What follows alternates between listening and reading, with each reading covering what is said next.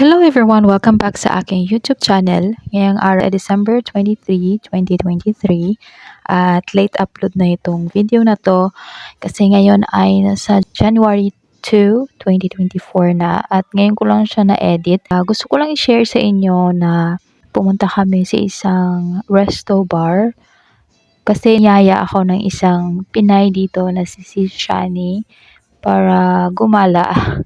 Pumunta kami dito ng 11 PM. Nag-disco kami. Pinakilala niya sa akin itong dalawang friends niya. Enjoy kami dyan. Pinayagan naman ako ni asawa na pumunta dito para at least makapag-enjoy naman ako kahit paminsan-minsan lang. Kasi never akong pumunta sa isang ganitong klaseng ganap.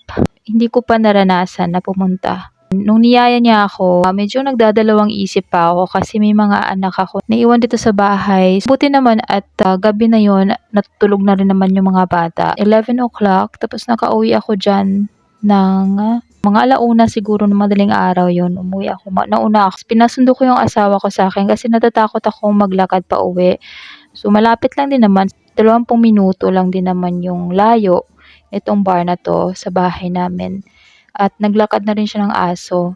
Hindi naman na-waste yung time. Nagkita lang kami somewhere. May entrance fee pala yan dito. Bayad kami yata ng 450 or 400. Hindi ko na matandaan pero oo, per person may bayad na siya. Dati daw kapag umasok ka dyan wala nang bayad. Pero ngayong time na yon pumunta kami. And dumating na pala yung isa niyang kaibigan kasi medyo late na siya dumating. So yun, uminom lang kami na rum na mayroong Coke at saka yung Sprite. Medyo nalasing ako ng konti dyan. Pero hindi din kami nagtagal. At nahiya na din ako makipagsayawan sa kanila. Kaya minsan lang ako sumasabay. Nauna pala akong umuwi sa kanila kasi nagstay pa sila hanggang 5 o'clock ng umaga. Hindi naman ako pwedeng ganun dahil may mga anak ako. At grabe nakakapagod din pala. Kinabukasan talagang gusto mong matulog, magpahinga. Yun na lang gagawin mo. Hilong-hilo ka pa.